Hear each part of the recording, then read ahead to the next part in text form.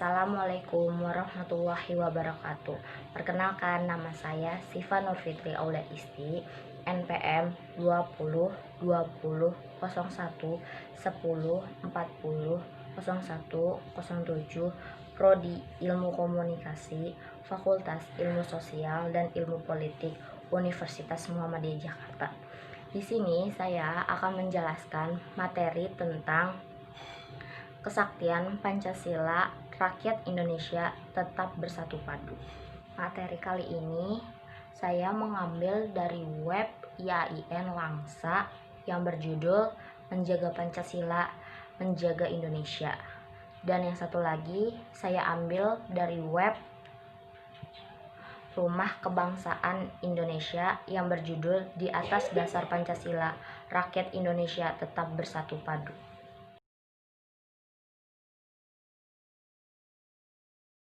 Menjaga Pancasila, menjaga Indonesia. Pancasila adalah satu alat mempersatu jang saja jakin sejakin jakinnya bangsa Indonesia dari Sabang sampai ke Merauke. Hanyalah dapat bersatu padu di atas dasar Pancasila itu. Bung Karno dalam Pancasila Dasar Filsafat Negara. Tidak ada yang membantah sama sekali apa yang dikatakan oleh Bung Karno itu. Melihat kenyataan baik secara historis dan sosiologis, Indonesia merupakan sebuah entitas lama yang telah tumbuh secara subur kekayaan kebudayaan, bahkan jauh sebelum bangsa Eropa datang untuk melakukan penjajahan ekonomi, politik, dan kebudayaan. Oleh karenanya, kesadaran akan kekayaan entitas itu harus dimaknai dengan sebaik-baiknya, supaya dapat menjadi kekuatan bersama dalam membangun kedaulatan bangsa. Walau dalam kenyataannya, Pancasila selalu saja berada dalam ancaman ketika hendak diselewengkan oleh sebuah rezim. Dan hal itu terjadi pada masa Orde Baru. Ada keinginan kuat oleh Soeharto kala itu untuk memberikan tafsiran tunggal atas Pancasila itu yang lebih dari sekedar dasar dan falsafah negara, juga menjadi pedoman untuk kehidupan individu, masyarakat, dan bernegara. Dilihat Nur Muhammad Hatta, Biografi Politik 1990 halaman 688. Padahal perkara demikian bukanlah hendak dari pendiri bangsa ini. Pancasila haruslah diletakkan dalam keadaan terbuka, sehingga memberikan peluang kepada siapapun yang memberikan tafsirnya, tanpa kemudian meninggalkan fungsi Pancasila sebagai pedoman kehidupan berbangsa dan bernegara. Hal tersebut ditegaskan oleh Fakhri Alim sebagai berikut. Sedangkan Pancasila itu sendiri merupakan pandangan hidup bangsa. Ini berarti adalah nilai-nilai dasar Pancasila harus memberi dasar, arah, dan tujuan kehidupan berbangsa. Oleh karena itu pula lah Pancasila harus direfleksikan sedemikian rupa ke dalam kehidupan bernegara, khususnya ke dalam kehidupan masyarakat pada umumnya. Dalam perjalanannya, terutama berkaitan dengan kehidupan sosial, politik, dan agama, Pancasila kemudian mampu menjadi wadah yang menjembatani nilai agama di dalam dunia politik, yang kemudian muncul sebuah sistem etika dan moralitas politik di Indonesia. Jadi, perlu kerja keras untuk menjadikan Pancasila ini merupakan sebagai dasar dan falsafah negara kepada realnya. Setelah mengalami penyelewengan dan ancaman, berarti di zaman ini penyelewengan yang dimaksud adalah ketika rezim Orde Baru memaksakan tafsir tunggalnya atas Pancasila, sehingga pihak manapun yang memberi tafsiran yang berbeda maka akan dianggap melawan negara. Salah satu perlawanan oposisi yang paling dikenang dalam sejarah Orde Baru adalah kelompok Petisi 50, sebuah kelompok yang melakukan koreksi terhadap jalan pikiran Soeharto tentang kedudukan pemerintahannya dengan Pancasila dan Undang-Undang Dasar 1945. Soeharto kala itu, menurut pandangan kelompok Petisi 50, telah melenceng jauh ketika rezimnya dianggap sebagai manifestasi dari Pancasila dan konstitusi, sehingga bagi pihak manapun yang melakukan koreksi atas jalannya pemerintahan Soeharto maka akan didakwa dengan pasal subversif. Ancaman akhir-akhir ini terhadap Pancasila tentu saja muncul kelompok-kelompok intoleran yang mengancam keberagaman, yang hal itu sebenarnya anugerah Tuhan kepada bumi manusia, belum lagi kekuatan asing yang mengincar kekayaan bumi Indonesia. Pancasila hari ini tentu saja tidak dalam susunan kelima prinsip yang dikemukakan dalam pidato Bung Karno 1 Juni 1945. Hal ini dikarenakan pada tanggal 22 Juni 1945 dengan perdebatan yang lebih mendalam dan melibatkan banyak elemen, termaksud penghilangan 7 kata legendaris itu, telah disusun Pancasila dengan 5 prinsip yang seperti kita kenal sekarang. 5 prinsip itu adalah ketuhanan yang Maha Esa, kemanusiaan yang adil dan beradab, persatuan Indonesia, kerakyatan yang dipimpin oleh hikmat kebijaksanaan dalam permusyawaratan perwakilan, dan keadilan sosial bagi seluruh rakyat Indonesia.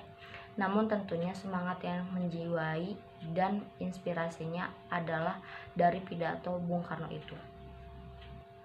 Akhir kata, Pancasila adalah penegasan tentang konsensus bangsa ini, bahwa keberadaan Pancasila adalah modal untuk menata Indonesia di masa mendatang. Kehilangan Pancasila, maka kita akan kehilangan Indonesia. Namun menjaga Pancasila, maka kita akan menjaga negara ini sepanjang hayat. Seperti kata Bung Karno, kita mendirikan negara bukan untuk sewindu saja, tapi 1000 windu lamanya.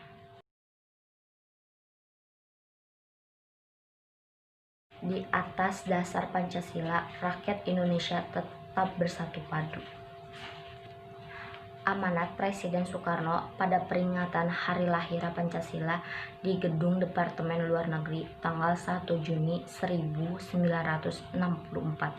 Saudara-saudara sekalian, pada saat sekarang ini saya berdiri di sini di hadapan saudara-saudara sekalian, di tengah-tengah hiasan-hiasan yang amat mengagumkan dalam suasana yang bagi saya sendiri amat mengharukan. Malahan sesudah saya mendengar pidato-pidato tadi, terutama sekali pidato dari saudara Subandrio, saya menanya kepada diri saya sendiri, ada apa dengan diriku sekarang ini? What is the matter with me? Sebab sebenarnya segala sesuatu yang terjadi sekarang mengenai diri saya tidak saya duga-duga lebih dahulu. Saudara Subandrio, tadi pagi saya tanya, apa sebab saudara mengadakan peringatan lahir Pancasila sesudah Pancasila itu berumur 19 tahun? Pernyataan itu tadi telah dijawab pula oleh saudara Subandrio saat membuka peringatan pada malam ini. Diakui oleh beliau bahwa angka 19 adalah angka yang aneh, katakanlah angka sembarangan, sehingga saudara-saudara memperingati bahwa saya sendiri tatkala diberitahu oleh saudara Subandrio bahwa akan diadakan satu peringatan besar-besaran lahirah Pancasila, saya akan keheran-heranan. Malahan, tatkala saya mendengar pidato-pidato tadi, saya menanya kepada diri saya sendiri, what is the matter with me? Sebab pembicara-pembicara tadi semuanya menyatakan terima kasih kepada saya. Bahkan nada yang terkandung di dalam ucapan-ucapan pembicara tadi ialah nada mengagungkan kepada saya. What is the matter with me? Kenapa diucapkan terima kasih kepada saya? Kenapa saya diagung-agungkan? Padahal toh sudah sering saya katakan bahwa saya bukan pencipta Pancasila, saya sekadar penggali Pancasila dari bumi tanah air Indonesia ini. Yang kemudian 5 mutiara yang saya gali itu saya persembahkan kembali kepada bangsa Indonesia. Malah pernah saya katakan bahwa sebenarnya hasil atau lebih tegas penggalian dari Pancasila ini adalah pemberian Tuhan kepada saya. Tadi Bapak Suroso memakai perkataan wahyu. Dikatakan bahwa saya mendapat wahyu, yang dengan wahyu itu saya kemukakan Pancasila. Saudara Suroso, lebih dahulu saya dengan kerendahan hati mau mengatakan kepada saudara bahwa saya tidak pernah mendapat wahyu. Wahyu hanyalah nabi-nabi yang memperolehnya. Saya bukan nabi, saya seorang manusia biasa. Tetapi syukur alhamdulillah ada lagi pembicara tadi memakai perkataan ilham. Ya benar, saya memang mendapat ilham dari Tuhan Yang Maha Esa. Sebagaimana tiap-tiap manusia, jikalau ia benar-benar memohon kepada Allah Subhanahu wa Ta'ala, diberi ilham oleh Allah Subhanahu wa Ta'ala itu. Di dalam salah satu pidato di Senayan tempo hari, pernah saya ceritakan pada suatu malam yang sunyi senyap, yang keesokan harinya saya diharuskan pidato dalam Dokuritsu Junbi Shosakai, yaitu Badan Penyelidik Kemerdekaan, di gedung yang di belakang saya ini. Sesudah Dokuritsu Junbi Shosakai itu bersidang berapa hari lamanya. Sesudah berpuluh-puluh anggota dari Dokuritsu Junbi Shosakai itu berpidato, akhirnya datanglah giliran saya. Ditentukan oleh ketua dari Dokuritsu Junbi Shosakai itu bahwa saya keesokan harinya akan mendapat giliran berbicara memberi jawaban atas pernyataan apakah dasar yang hendak kita perguna untuk meletakkan negara Indonesia merdeka di atasnya. Di dalam pidato beberapa waktu lalu di Senayan itu, saya telah ceritakan pada satu malam, tengah-tengah malam, yang keesokan harinya saya diharuskan mengucapkan pidato. Saya keluar dari rumah Pegalasaan Timur 56 yang sekarang tempat dari Gedung Pola. Saya keluar di malam yang sunyi itu dan saya menengadahkan wajah saya ke langit, dan saya melihat bintang gemerlap ratusan, ribuan, bahkan puluhan ribu. Dan disitulah saya merasa kecilnya manusia. Disitulah saya merasakan naifnya aku ini. Disitulah saya merasakan pertanggung jawab yang amat berat dan besar diletakkan di atas pundak saya. Oleh karena keesokan harinya saya harus mengemukakan usul saya tentang hal dasar apa negara Indonesia merdeka harus memakai. Pada saat itu, dengan segenap kerendahan hati saya memohon kepada Tuhan Yang Maha Esa, Ya Allah, Ya Rabbi, berikanlah petunjuk kepadaku, berikanlah petunjuk apa yang besok pagi akan kukatakan, sebab Engkaulah ya Tuhanku, mengeri bahwa apa yang ditanyakan kepada oleh Ketua Dokuritsu Junbi Shosakai itu bukan orang yang remeh, yaitu dasar daripada Indonesia merdeka, dasar daripada satu negara yang telah diperjuangkan oleh seluruh rakyat Indonesia berpuluh-puluh tahun dengan segenap penderitaannya. Yang penderitaan itu aku sendiri telah melihatnya dari dasar daripada negara Indonesia merdeka yang menjadi salah satu unsur daripada amanat penderitaan rakyat. Aku, ya Tuhan, telah Engkau beri kesempatan melihat penderitaan rakyat untuk mendatangkan negara Indonesia yang merdeka. Aku melihat pemimpin-pemimpin, ribuan, puluhan ribu meringkuk di dalam penjara. Aku melihat rakyat menderita. Aku melihat orang-orang mengorbankan ia punya harta benda untuk tercapainya cita-cita itu.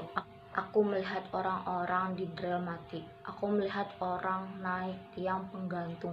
Bahkan pernah menerima surat daripada seorang Indonesia yang keesokan harinya akan naik tiang penggantung. Dalam surat itu dia mengamanatkan kepada saya sebagai berikut: Bung Karno, besok aku akan meninggal dunia. Lanjutkanlah perjuangan kita ini, ya Tuhan, ya Allah, ya Rabbi. Berilah petunjuk padaku, sebab besok pagi aku harus memberi jawaban atas pertanyaan yang maha penting ini. Saudara-saudara, setelah aku mengucapkan doa kepada Tuhan ini, saya merasa mendapat petunjuk. Saya merasa mendapat ilham. ilham yang berkata, "Galilah apa yang hendak engkau jawabkan itu dari bumi Indonesia sendiri." Maka malam itu aku menggali di dalam ingatanku, menggali di dalam ciptaanku, menggali di dalam khayalku, apa yang terpendam di dalam bumi Indonesia ini, agar supaya hasil dari penggalian itu dapat dipakainya sebagai dasar daripada negara Indonesia merdeka yang akan datang.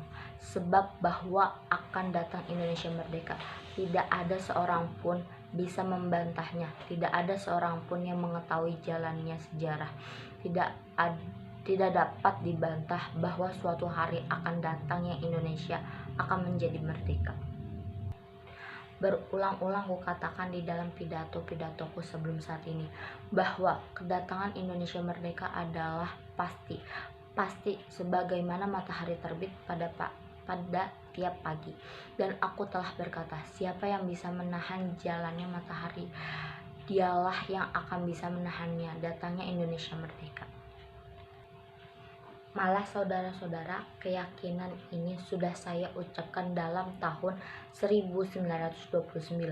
Malah ucapan inilah yang menjadi sebab saya ditangkap oleh pihak Belanda, dilemparkan ke dalam penjara. Ucapan yang berbunyi, nanti tidak lama lagi sepanjang sejarah akan pecah satu peperangan besar yang dinamakan Perang Pasifik. Dan di dalam Perang Pasifik itu Indonesia akan merdeka. Itu saya ucapkan dalam tahun 1929, saudara-saudara. Dan oleh karena ucapan inilah saya ditangkap, dituntut di muka pengadilan, dijatuhi vonis, dilemparkan ke dalam penjara. Sehingga sebagai saya katakan tadi, adalah satu keyakinan bagi saya, yakin, ilmu yakin, ainul yakin, hakul yakin bahwa Indonesia pasti akan merdeka. Saudara-saudara, pada waktu itu memang saudara-saudara fajar telah menyingsing. Itu pun telah kukatakan pada waktu bulan Mei tahun 1945. Bulan Mei, saudara-saudara, fajar telah menyingsing. Tidak lama lagi matahari Indonesia merdeka akan terbit. Sudah malam sebelum 1 Juni, saudara-saudara, saya menekukkan lutut ke hadirat Allah Subhanahu wa Ta'ala di kebun Pengangsaan Timur 56 di belakang gedung yang sekarang bernama Gedung Pola, memohon petunjuk daripada Tuhan, dan Tuhan memberi ilham. Galilah sendiri di dalam bumi Indonesia, di dalam kalbunya rakyat Indonesia, dan engkau akan mendapat apa yang harus dijadikan dasar bagi negara merdeka yang akan datang. Keesokan harinya, saudara-saudara, saya ucapkan pidato di gedung belakang ini, di gedung yang bagi saudara-saudara adalah di hadapan saudara-saudara, disaksikan oleh banyak anggota-anggota lain daripada Dotkuritsu Zumbi Chusakai, disaksikan oleh ofisir-ofisir bala tentara Jepang, dijaga oleh serdadu-serdadu Jepang yang bersenjata bayonet. Saya sadar, saudara-saudara, bahwa ucapan yang hendak saya ucapkan mungkin adalah satu ucapan yang berbahaya bagi diriku. Sebab ini adalah zaman perang. Kita pada waktu itu di bawah kekuasaan imperialis Jepang. Tetapi juga pada waktu itu, saudara-saudara, aku sadar akan kewajiban seorang pemimpin. Kerjakanlah tugasmu, kerjakanlah kewajibanmu tanpa menghitung-hitung akan akibatnya. Kemudian di Bogor, saudara-saudara, tatkala saya memberi amanat kepada perwira-perwira sarjana hukum daripada 4 angkatan bersenjata kita, Angkatan Darat, Angkatan Udara, Angkatan Laut, Angkatan Kepolisian, dan perwira-perwira sarjana hukum yang menghadap saya di Bogor, dan mereka minta amanat. Kemarin juga saya ucapkan kembali apa yang saya ucapkan kepada diriku sendiri pada pagi hari tanggal 1 Juni 1945, yaitu ajaran yang diberikan oleh Sri Krishna kepada Arjuna yang tertulis di dalam Bhagavad Gita. Sri Krishna berkata kepada Arjuna, kerjakan kewajibanmu, jalankan tugasmu tanpa menghitung-hitung akan akibatnya. Karmanye vadikaraste tema paleis yu Falesyu kadat jana. Artinya, kerjakanlah kewajibanmu tanpa menghitung-hitung akan akibatnya. Saya pada waktu itu berkata pula kepada diriku sendiri, pagi-pagi dini 1 Juni 1945, Soekarno, karmanya Vadekareste, tema Falesu kadat jana. Kerjakan kewajibanmu tanpa menghitung-hitung akan akibatnya. Dan kira-kira pukul 10 pagi, saudara-saudara, pada waktu itu saya mengucapkan pidato yang saudara-saudara semuanya kenal dengan nama judul Lahirnya Pancasila. Saudara-saudara, kedua kalinya, what is the matter with me? Kok sekarang ini saya diagung-agungkan, bukan hanya pada hari lahir Pancasila, notabene yang ke-19 mengagung-agungkan kepada saya, tetapi juga tahun ini nanti insya Allah tanggal 6 Juni yang terkenal sebagai hari lahirnya Soekarno. Orang mau mengadakan perayaan-perayaan yang maha hebat, dari kanan, dari kiri, dari muka, dari belakang, dari mana-mana saya mendapat permintaan agar supaya saya suka menerima persembahan pada hari nanti 6 Juni 1964. Persembahan yang berupa macam-macam hal. Ada yang berupa tarian-tarian, ada yang akan berupa nyanyian-nyanyian kanak-kanak, ada yang akan berupa hadiah yang amat berharga. What is the matter with me? Kenapa tahun-tahun yang dulu tidak? Bukan saya minta tahun-tahun yang dulu itu, tetapi kenapa sekonyong-konyong tahun ini orang hendak mengadakan peringatan hari ulang tahun Bung Karno dengan cara yang demikian hebatnya? Kenapa tahun ini yang memperingati hari lahir Pancasila? Kenapa tahun ini yang mengagung-agungkan namanya Soekarno sebagai pencipta daripada Pancasila? What is the matter with me? Mengenai hari ulang tahun saya yang akan datang, jikalau dikaruniai Tuhan, saudara-saudara, sebab mati hidup manusia ada di tangan Tuhan, saya hendak berkata sebagai berikut. Saya terima segala pernyataan cinta kepada saya yang akan berupa hadiah atau nyanyian-nyanyian atau kesenian-kesenian yang hendak dipersembahkan kepada saya pada nanti hari 6 Juni 1964. Saya mengucapkan terima kasih dan saya mengatakan insya Allah akan saya terima. Tetapi saudara-saudara, insya Allah pula pada tanggal 6 Juli yang akan datang itu saya tidak ada di Jakarta. Saudara-saudara barangkali mengetahui bahwa telah tercapai persetujuan antara Tengku Abdul Rahman dengan Presiden Soekarno untuk bertemu satu sama lain, mengadakan perundingan satu sama dengan yang lain, dan itu adalah satu hal yang penting, saudara-saudara. Maka menurut rancangan saya, insya Allah akan meninggalkan tanah air nanti pada tanggal 5 Juni, sehingga pada tanggal 6 Juni itu saya tidak ada di tengah saudara-saudara. Saya akan meninggalkan tanah air untuk membela tanah air Indonesia. Saya akan meninggalkan tanah air untuk berjuang mati-matian untuk membela Indonesia. Saya akan meninggalkan tanah air untuk mengemban amanat penderitaan rakyat. Pada saya mengucapkan terima kasih atas maksud dan niat yang baik daripada banyak golongan untuk merayakan hari ulang tahunku pada tanggal 6 Juni yang akan datang ini dengan cara yang sehebat-hebatnya. Dalam mengucapkan terima kasih itu, saya mohon kepada seluruh rakyat Indonesia doa restu supaya saya di luar negeri di dalam berhadapan muka dengan wakil-wakil daripada neokolonialis Malaysia bisa mempertegakkan kemerdekaan dan kepentingan Republik Indonesia dengan cara yang sebaik-baiknya. Nanti jikalau dikehendaki Tuhan, saya kembali lagi ke tanah air dengan membawa hasil yang baik. Pada waktu itulah segala persembahan-persembahan, entah yang berupa kesenian, entah yang berupa apapun, akan bisa saya terima. Saudara-saudara, maka kita sering ini berjalan terus dengan semboyan yang saudara-saudara sudah kenal satu sama lain.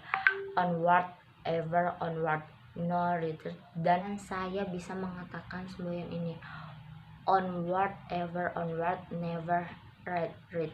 Oleh karena saya tahu bahwa seluruh bangsa Indonesia dari Sabang sampai Merauke berdiri di belakang saya. Saudara-saudara, sudah terbukti bahwa Pancasila yang saya gali dan saya persembahkan kepada rakyat Indonesia bahwa Pancasila itu adalah benar-benar satu dasar yang dinamis, satu dasar yang benar-benar dapat menghimpun segenap tenaga rakyat Indonesia, satu dasar yang benar-benar dapat mempersatukan rakyat Indonesia itu untuk bukan saja mencetuskan revolusi, tetapi juga menegakkan revolusi ini dengan hasil yang baik. Jikalau aku pergi ke luar negeri untuk mengadakan pembicaraan dengan Tengku Abdul Rahman Putra, maka aku adalah sebenarnya utusan wakil daripada revolusi Indonesia. Dan Tengku boleh tahu, revolusi Indonesia itu bukan revolusinya Soekarno, tetapi revolusi daripada seluruh rakyat Indonesia dari Sabang sampai Merauke. Ever onward, no retreat. Sejak tahun 1929 saya berkata matahari akan terbit. Mei 1945 saya telah berkata fajar telah menyingsing. Demikian pula saya sekarang berkata matahari telah tinggi dan matahari telah mencapai puncak kejayaan dan kebahagiaan daripada rakyat Indonesia. Mari kita berjalan terus. Saya mengucap beribu-ribu terima kasih kepada segenap rakyat Indonesia atas peringatan lahirnya Pancasila ini. Peringatan ini, saudara-saudara, saya terima, dan lebih-lebih saya terima peringatan ini sebagai pernyataan daripada seluruh rakyat Indonesia bahwa di atas dasar Pancasila itu rakyat Indonesia akan tetap bersatu padu, tetap berjalan sebagai satu laskar,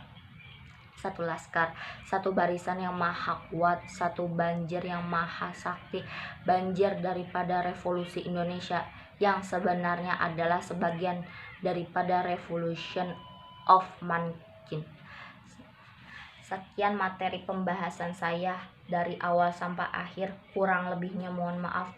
Wassalamualaikum warahmatullahi wabarakatuh.